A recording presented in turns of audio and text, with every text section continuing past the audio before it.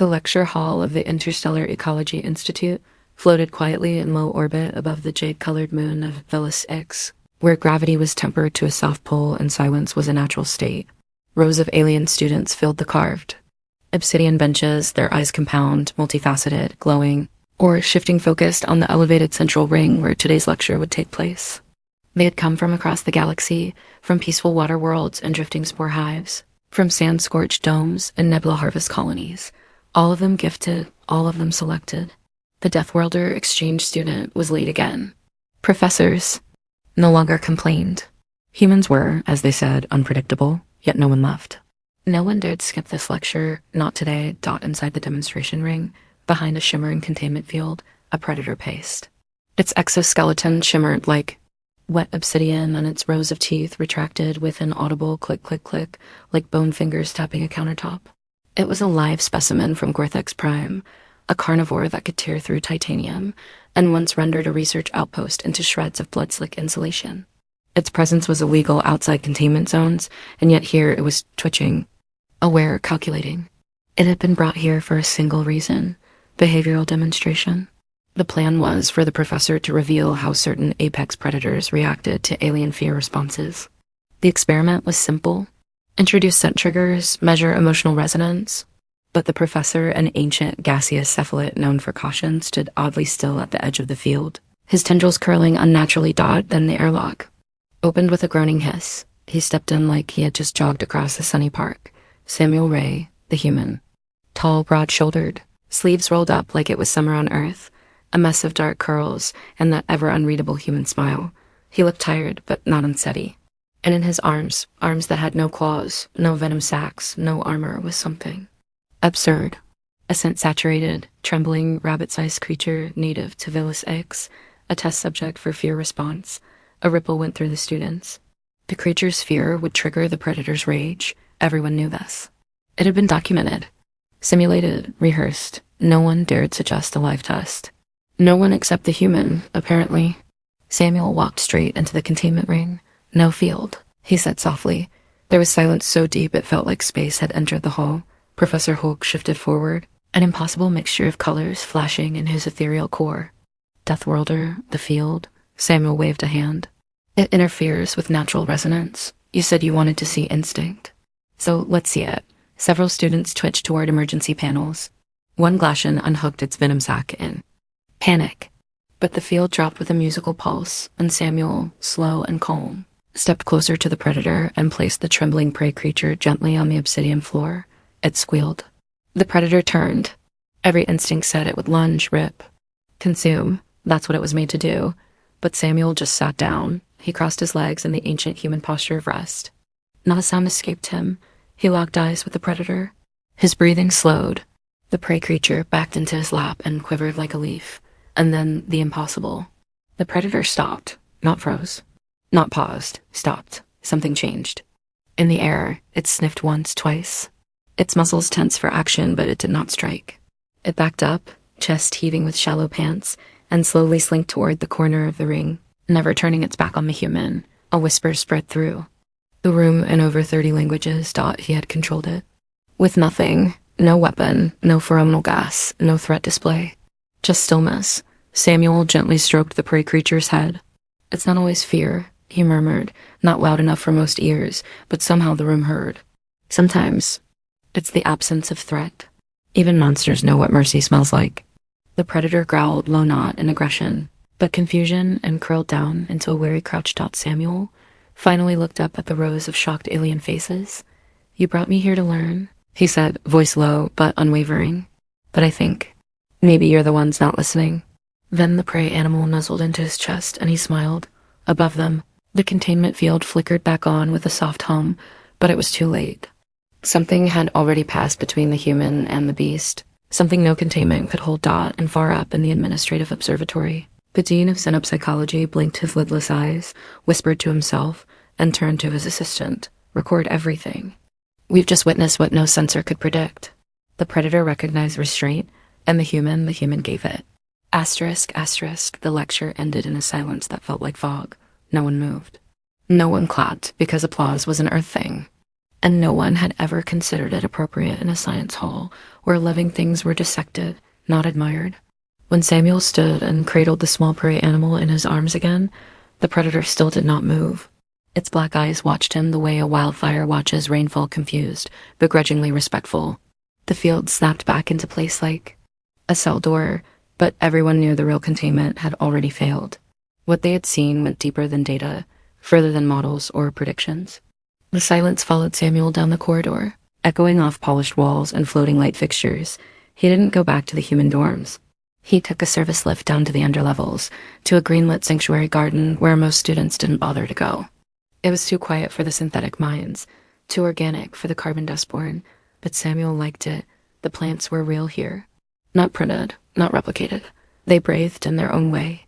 He sat near the translucent roots of a euler tree and let the prey creature curl up beside him. He could still feel its tremble against his chest, a living reminder of fear and trust. "Are you damaged?" asked a soft, whirring voice. He looked up and blinked against the overhead light. The voice belonged to a Lotharia crystalline species that refracted sound through vibrating spines. This one was small, child-sized by human standards, and shimmered, with a hue that indicated curiosity tinged with unease. Her name was Tyrannael. She had not spoken to him before, not in the weeks since he'd arrived. Most aliens avoided him, even the ones who admired humans from afar. But here she was, hovering, barely a meter away. "No," he replied, voice like gravel softened with dusk. "Not her. You performed reckless behavior?" Her voice clicked like chimes in wind. "You initiated threat proximity with a Class 9 predator. That is either madness or martyrdom." Samuel cracked a smile, but it didn't reach his eyes. Maybe a bit of both. Tyrannael stepped closer, her spines flashing with yellow-orange wariness. "We ran simulations, dozens, hundreds. The predator was not supposed to hesitate. There is no protocol for what occurred. You interfered with control variables?" "I didn't want control," he said softly. "I wanted understanding." She stared, her jewel-like pupils narrowing. "Understanding is not survival. Understanding doesn't stop teeth." He looked at her then, truly looked. "You're afraid of us, aren't you?" She didn't answer. She didn't have to. The way her posture leaned back, the way her spine stiffened and dulled in color, he knew. Samuel exhaled, not annoyed. Just tired. Tired of being both anomaly and weapon. The stories of Deathworlders were everywhere. Those beasts from Earth. Born in gravity too strong, weather too violent, with bodies too stubborn to die quietly. Every species had a theory about humans. Some feared them. Some respected them.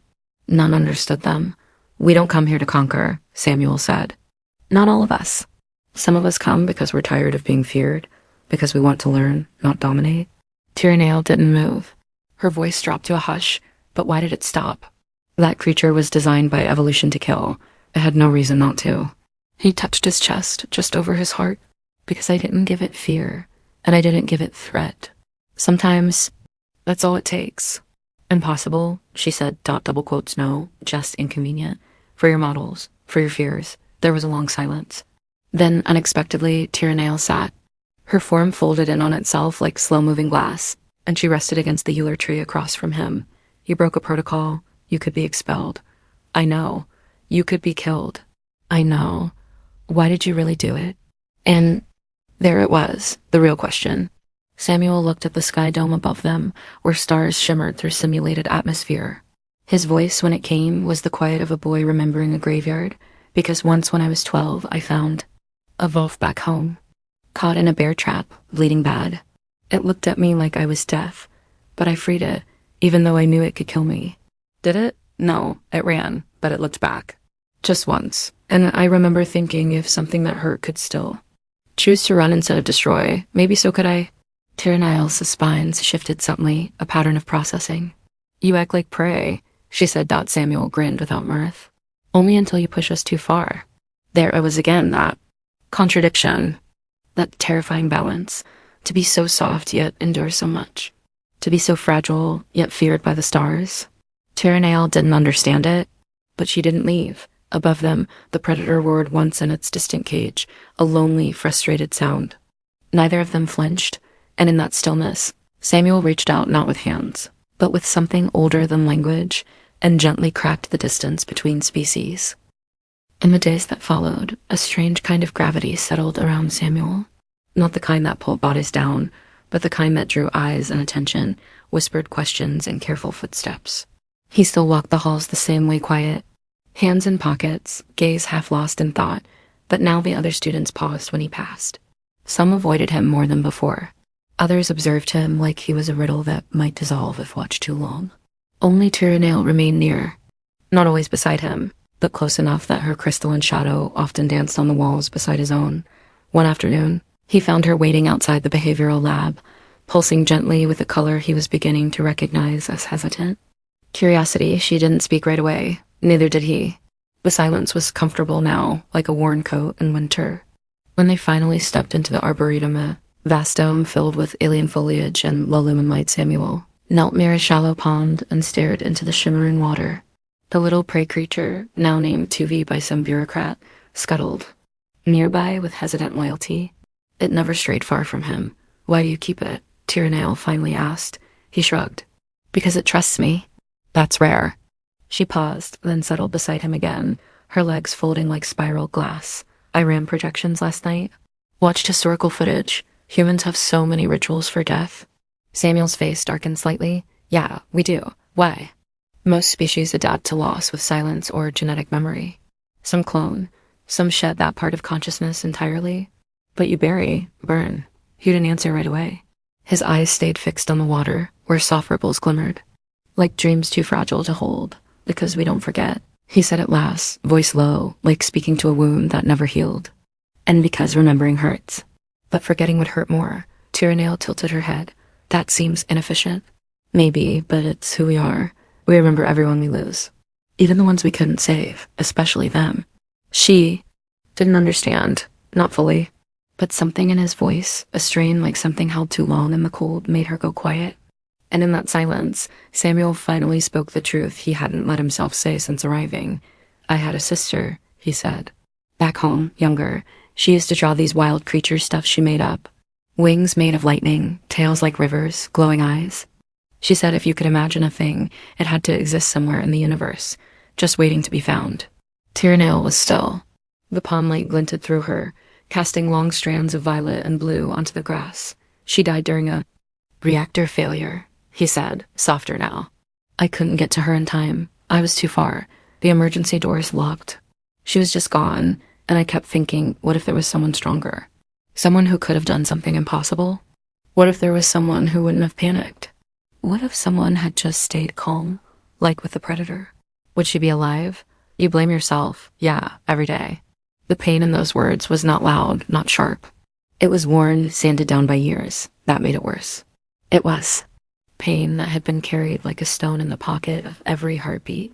"I came here," he said, "because I thought maybe if I could learn something none of us knew, I could save someone else." Next time, Tyranale's spines trembled faintly. "We don't usually allow emotional motives in science," Samuel chuckled dryly. "Humans don't get to leave emotions behind. We just learn how to live with them." There was a long, slow moment, like the universe pausing for breath. Then, without fully knowing why, Tyranale extended one of her narrow, refracted arms and touched his shoulder. It was barely a graze, but to Samuel, it felt like an ancient song being hummed through crystal. "I don't understand you," she said, her voice like glass pressed into wind, "but I don't think you're wrong." They stayed like that for a while, two creatures from stars apart, bonded by something simpler than biology. Grief, hope, the silent ache of wanting to make things better. When they left the arboretum, Tuvi followed them both. Later that night, Samuel found a small hollow image on his console. It was one of Tyranale Asson's sketches, an attempt to recreate his sister's imaginary beast, based on what little he had described. The wings were jagged light. The eyes glowed with fierce kindness. Below, it was a single message in transliterated Earth Latin: "She exists now." And for the first time in a long time, Samuel let himself cry. But this time, he didn't cry alone. Asterisk, asterisk, asterisk. The next week brought strange tides to the Institute. Something shifted in the atmosphere, not in pressure or climate, but in tone. The faculty. Meetings grew longer. The lights dimmed earlier, as though the building itself anticipated something unspoken. Whispers crawled along the crystalline halls like invisible vines. Even the predator, once silent in its cage, had begun to move more, often pacing with quiet agitation. Samuel noticed it first in the way Tuvi refused to go near the observation labs anymore, hiding in crevices or clinging tighter to his shirt when he approached. Then came the summons, a voice on his wrist link, cool and precise. Human Samuel. Rei, your presence is required in the upper assembly hall. Immediate compliance mandated. It was not phrased as a request. Tyrannael met him halfway up the gravity lift. Her glow was dimmer, her movement tighter, like glass under stress. She did not speak at first, and when she finally did, her words had lost their usual harmonic curiosity. They found the logs, she said, from your containment breach. I figured, Samuel murmured, eyes scanning the massive doors ahead, carved with ancient sigils of cooperation between worlds. Are they angry? They're afraid. The hall was shaped like a bowl of stars, its domed ceiling reflecting constellations from across the known galaxy. Elders from dozens of species floated or sat in silence around the perimeter, their eyes some physical, some neural, some unseen, fixed on Samuel like heat through magnified glass. In the center was Dean Hulks, the cephalate professor who had first admitted Samuel to the Institute. His form shimmered faintly with shades of disturbance. Mr. Rei, he said, his words rippling through the air. Do you understand the implications of your actions? I do, Samuel replied, calm but steady. You're afraid I showed the Predator something you don't understand. A low sound rolled through the chamber. Not quite laughter, not quite scorn. No, the dean said. We are afraid you showed us something we forgot, something ancient, something that should not work. Tyrannael stepped forward, her spines humming. His results were clean. The Predator ceased aggression. It yielded to nonviolence. Exactly. A shrill, metallic voice rang from the Ecthorsian delegate, a spindly machine intelligence. It yielded. Which means it was changed, a change that defies all modeling. Something triggered it, something we cannot explain, something unacceptable. Samuel frowned. You brought it here to test fear. I didn't give it fear. That's the problem, isn't it? Another voice, dry and ancient like cracked leaves, came from the Zalari matron. You gave it empathy. You projected safety, weakness. But this isn't Earth. Here, such feelings are not currency. They are contagion. What do you mean? Tyrannael asked. There was hesitation. The kind that only exists when truth has been hidden too long. Dean Hulk's form dimmed. The Predator is not just a specimen. It is part of a larger design. A project to study behavior modification. In apex organisms, we've been exposing them gradually to controlled fear responses, aggression suppressants, and neural dampeners, to measure the limits of evolution. Samuel blinked, a sick chill forming in his chest. You've been trying to reprogram them for defense, the dean clarified. To make them manageable. If they could be controlled, they could be used. Or pacified. Samuel looked to Tyrannael. Her glow had dimmed to a single pale band. She had known none of this. Her silence confirmed it. You were weaponizing them, Samuel said, not loud, but with a fury like frost. You wanted to mold fear into obedience. The dean floated forward. And then you walked into the ring and made it stop with no drugs, no technology, just presence. That's not science. That's chaos. Or maybe, Samuel said, heart hammering, it's what you forgot. You've engineered fear so long, you forgot what mercy looks like, what grace does to something broken. The Zalari matron hissed. You've infected it. The others may respond the same now. We've seen shifts in behavior in all our specimens. Since your interaction, they're remembering what they were before captivity. You're afraid of empathy, Samuel realized. You're afraid that if these creatures remember kindness, they'll stop being your experiments. There was no denial. The silence confirmed everything. And then a quiet alarm pinged through the chamber, a single pulse, followed by another, emergency notifications. The kind that cut through even telepathic shields, containment breach. Samuel's blood turned to ice. The Predator, said Tyrannael, already moving. It's free. Dean Hulks turned, energy flaring. All students are to be sealed. Evacuation protocols. No, Samuel said. If it's remembering me, I might be the only one who can stop it. Mr. Rei, I'm not asking. And, without waiting for approval, Samuel turned and ran through the echoing halls, past trembling doors and flashing alerts, his breath coming in fire bursts. Behind him, Tyrannael followed without hesitation, because whatever came next, whatever darkness they were about to face, they would face it together. The Institute was no longer quiet. Gone was the elegant hum of academia, the poised rustle of robes and scientific discourse. Now there were alarms screaming through every corridor, doors sealing in cascades of magnetic thunder, and the pounding echo of boots, both human and alien, racing to secure what had already begun to unravel. Samuel ran through the chaos, Tyrannael a shifting prism of motion at his side, their path marked by flickering red lights and walls that groaned under sudden shifts in pressure. The predator was loose. And it wasn't a lone dot as they passed the lower decontamination corridor. Samuel spotted a shattered containment gate. Heavy steel crumpled inward like tinfoil, as though something inside had broken out. Blood smeared the walls in high arcs too high for a humanoid. No bodies, just signs of struggle. Something primal and merciless had swept through here. Samuel didn't stop. He couldn't, but he saw enough to know this wasn't just one predator. On the loose, others had followed. The ripple effect of his moment in the ring. It had shattered more than behavior patterns. Tyr, he gasped between steps. You said the predator changed. Yes, she replied, voice tight, her colors flickering like panic signals.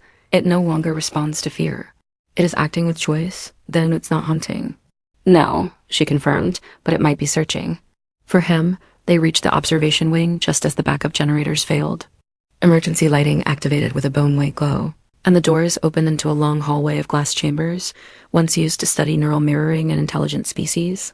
The hallway curved slightly ahead, and Samuel's boots skidded unpolished. Stone. Then he heard it, not a roar.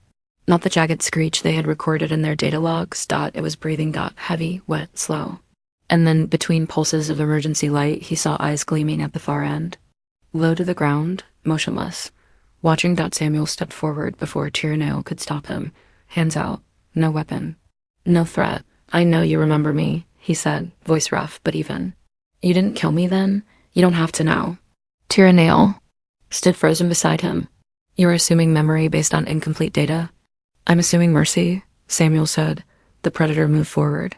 Slowly, no lunge, no pounce, each movement measured.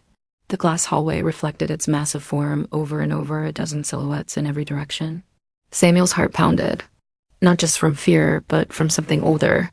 A terrible understanding. He saw the injuries now. Scars that hadn't been there before. Deep scoring marks. Scalpels. No restraint burns. Neural implants. The Institute hadn't just tested behavior. They tortured intelligence. Tried to grind instinct into control. Samuel's eyes narrowed. You weren't just a specimen. The predator stopped 10 feet away. And then it lowered itself. Not in submission. In exhaustion. Tyrannael's voice trembled like glass cracking. Under fingertip. Samuel, there are 3 others free in the lower wing. I accessed the grid map. If we don't alert the station guards. No, he said. They'll kill them. All of them. Even the ones who've done nothing. This one came here to find me, not to attack. That is an assumption made from hope, not logic. He turned to her. It's what humans do. When the numbers say run, we still reach out. Sometimes we die, but sometimes we change something. She stared at him, her crystalline edges flickering wildly. You want to stop the breach? Yes. You want to do it without violence? Yes. Then you must lead them. All of them. Out. Samuel blinked. You're suggesting I what? They will follow you, if they remember you. If they feel what the first one did, you have to go to the lower wing. You must walk into their space, into their territory, with no armor. No shield. If your theory is correct, they will recognize something that the rest of us forgot. He shook his head, overwhelmed by the sheer impossibility. I'm not their leader. Tyrannael reached out and touched his wrists, firm and unwavering. No. You were their hope. Those words hit harder than any siren thought. He knew the way to the lower wing. Past the lab where Tuvi had been kept. Past the hallway where his sister would have loved the wall projections. He paused only once at a terminal where he typed a short command. Protocol override. Observational fields off. Hallways unlocked. Doorways opened. He was giving them a path out. Then he stepped through the last door. Alone. The hallway ahead was dark, cold, but not empty. A shape moved in the shadows. Then another. Then 3 more. They emerged not like a pack of beasts, but like survivors, wounded and furious and unsure. Samuel raised his hands. You don't owe me anything. I just wanted you to be free. But if you still remember me, follow. The first predator stared. Then it moved to his side. Another came forward. And another, not a growl. Not a roar, but a soft, trembling sound. A sound Samuel knew well. Grave. They followed him, not because they were commanded, but because he had once sat down, heart open, in front of a monster and showed it what gentleness looked like. Asterisk, the outer chambers of the Interstellar Ecology Institute were no longer protected by data, laws, or containment fields. They were alive with panic now, with fear thick enough to taste. Emergency drones streaked through the upper levels, trailing warnings in every known language. Security units, some organic, some mechanical, raced through the maze of halls, preparing to eliminate anything large, fast, and unauthorized. On every screen, the flashing red icon read one thing: Predator Uprising, and Samuel walked at the head of it. He didn't run. He didn't speak. His steps were deliberate, as though measured. Against each heartbeat, behind him padded the predators, 5 of them now, each bearing wounds of metal and time, each with eyes that no longer burned with hunger, but with awareness. Not pack instinct. Not programming. Choice. Tyranneal stood in the upper observation gallery as Samuel led them through the central atrium. Her crystalline form shimmered with warning hues, and her voice echoed through his comlink, a tremble behind the words. They've deployed containment teams. They don't believe your plan is working? I don't care what they believe, Samuel answered. I care what these creatures decide. You're walking them into the heart of their enemy's stronghold? No, I'm walking them out of it. Below him, security drones hovered. Into position, weapons locking. The air snapped with the rising pitch of energy cells warming. The predators growled low, claws twitching, eyes flickering back to Samuel. Easy, he whispered, not flinching. Stay with me. Then a voice boomed from the inner broadcast tower, amplified to quake the very walls. This is Dean Hulks. All unauthorized entities will stand down. Lethal force is authorized. Human Samuel Rei, you are ordered to surrender. Samuel didn't stop. He turned his face upward toward the gallery. I won't let you erase what you did. I won't let you silence them again. The Dean appeared. On the high balcony, his form flickering with deep crimson, the cephalic color for fear and fury combined. You are not just disobedient, you are unstable. This entire species is built on volatility. You act on emotion instead of reason, and now you've turned them against control, against order. No, Samuel called out. I reminded them what they were before you broke them. Before you turned survival into servitude. I didn't make them violent, you did. The Dean hissed, his tendrils curling. They will revert. Once cornered, they will tear you apart. Samuel took one step forward, so did the lead predator. The others matched his pace. 1, 2, 3 toward the security drones. They did not strike. They sat slowly, deliberately, in perfect stillness. Like disciples before a sacred moment, the drones faltered. They scanned for threat signatures. Confusion blinked across their processors. No aggression. No elevated heartbeats. Just posture unmistakable. Submission not from defeat, but will. I didn't teach them this, Samuel said softly. They chose it. Because for the first time someone saw them. Tyranneal's voice chimed in. We're broadcasting this live to the entire network. Every colony, every research branch, every council. They're seeing what you did, what he did. The Dean's form dimmed, he knew. The story was no longer controllable. The truth had cracked the dome of science and fallen like a meteor into the hearts of those who watched. He tried one last tactic. And when one of them snaps, when one of them rips open a child, will you take the blame, human? Will you hold the corpse? Samuel turned, faced the predators. His voice cracked not from fear, but the weight of a memory that never left him. I held my sister, he said. She died while the strong waited for permission, while the logical waited for certainty. I know what pain looks like, and I'll never let someone else die alone because we were too afraid to trust. Then he stepped in front of the drones. I'll take the first shot if you think they're lying. No one fired. The lead predator bowed its massive head. By one, the others followed, and in a moment that shattered every protocol, every projection, every simulation written by thousands of brilliant minds, 5 of the most dangerous predators in the galaxy laid down at a human's feet. Not because they were forced, because they were heard. The drones withdrew, and for the first time since the Institute's founding, silence returned, not the silence of fear, but of awe. Tyranneal descended the lift and stood beside Samuel. Her glow was warm now, bright. You didn't win with strength, she whispered. No, he replied. I won because I refused to. See monsters. Above them, the Dean faded from view, not gone. Just small and the predators, still watching, still listening, waited for what would come next. In the weeks that followed, the cages remained open. Not all at once, not recklessly, but slowly, methodically, with trembling hands and sharpened hearts. There were arguments fierce, political, scientific. Entire divisions of the Institute demanded the predators be destroyed or sent back to black site labs where mercy had no metrics. But the recordings from that day, the image of 5 apex creatures, kneeling beside a human who had risked everything not to fight but to understand had already scorched their way across every relay and station. You couldn't unsee it. You couldn't forget what it felt like to witness. Samuel remained at the Institute, not as a student anymore, but as something else, something strange. Some called him a peace architect, some called him a fool. But to the predators, he was something older than either, a friend. And somehow that word meant more than any academic title ever could. Tyraneo visited him daily. Their walks became rituals, their conversations deeper. She had begun recording their exchanges as formal cross-species empathy studies, though. Samuel joked that she was just trying to get him published before he got himself killed. The predators followed, sometimes quiet as shadows, watching birds in the arboretum or standing like statues beneath the euler trees. They no longer snarled. They no longer stalked. But they remembered.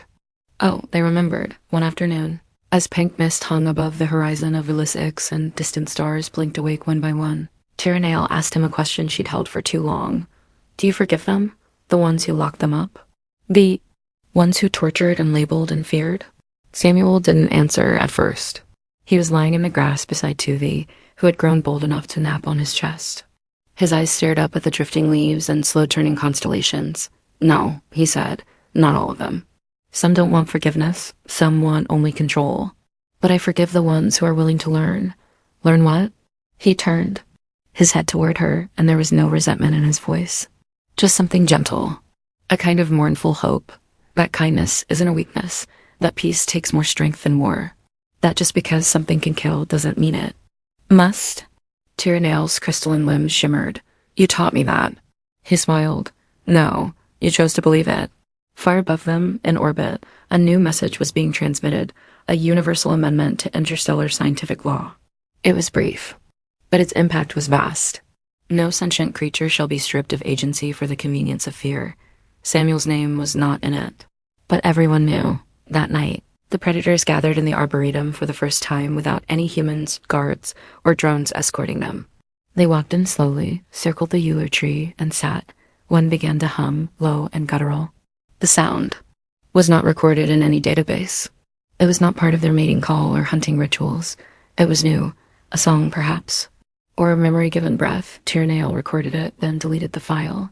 Some things, she decided, were meant to be sacred.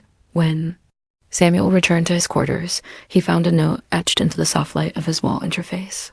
It was in a dialect he barely recognized, Cortexian, the tongue of the predators.